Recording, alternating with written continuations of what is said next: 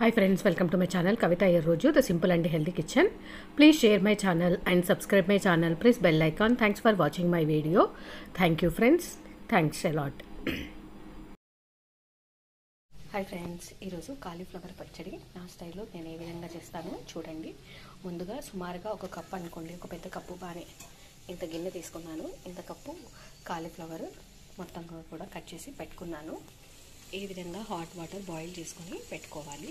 Hot వాటర్ని మనము తీసి పెట్టుకున్నటువంటి కాలీఫ్లవర్లో ఒక్క 5-10 మినిట్స్ ఉంచాలి.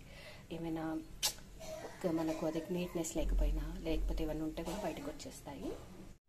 ఇంకో పక్కన స్టవ్ ఆన్ చేసి కడాయి పెట్టుకొని ఆయిల్ వేసుకొని మనము క్లీన్ చేసుకున్నటువంటి కాలీఫ్లవర్ ముక్కల్ని ఒక 5-10 మినిట్స్ వేయించుకోవాలి. ఒక స్పూన్ ఆవాలు, ఒక స్పూన్ మెంతులు రెండింటిని వేయించుకొని పొడి చేసుకోవాలి.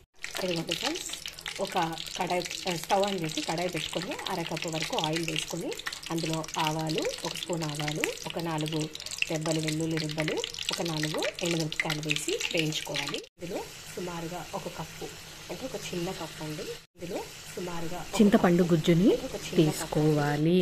సుమారుగా దీన్నంతా కూడా చల్లారనిచ్చుకోవాలి.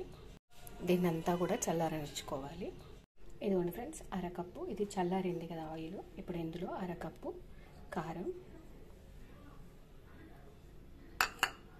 అరకప్పుకు కొంచెం తక్కువగా ఉప్పు, చిక్కి వేసుకున్నటువంటి ఆవాలు మెంతుల పొడి, ఇలా అంతా కలిపేసుకోవాలి. ఇప్పుడు ఇందులో మనం ఫ్రై చేసుకున్నటువంటి కాలీఫ్లవర్ ముక్కలు వేసి కలపాలి. ఇదిగోండి ఫ్రెండ్స్, అంతా వేసి కలిపేసుకోవాలి. దీన్ని ఒక గాజు సీసాలోకి తీసి పెట్టుకోవాలి. ఇదిగోండి ఫ్రెండ్స్, అంతా కూడా ఒక జాడీలోకి తీసి పెట్టుకున్నాను. సీసం గ్లాస్లోకి జాడీలోకి తీసుకున్నాను. దీన్ని ఈరోజు అంతా కూడా మనము ఊరబెట్టి పెట్టుకోవాలి. నెక్స్ట్ డే అంటే రేపు పెట్టుకోవాలి. సూపర్గా ఉంటుందండి. మీరు కూడా మస్ట్గా ట్రై చేసి చూడండి ఫ్రెండ్స్. Thank you friends. చూడండి, చాలా బాగుంటుంది. టేస్ట్ కూడా మస్ట్గా ట్రై చేసి చూడండి. Thank you friends. Please subscribe me and share my channel.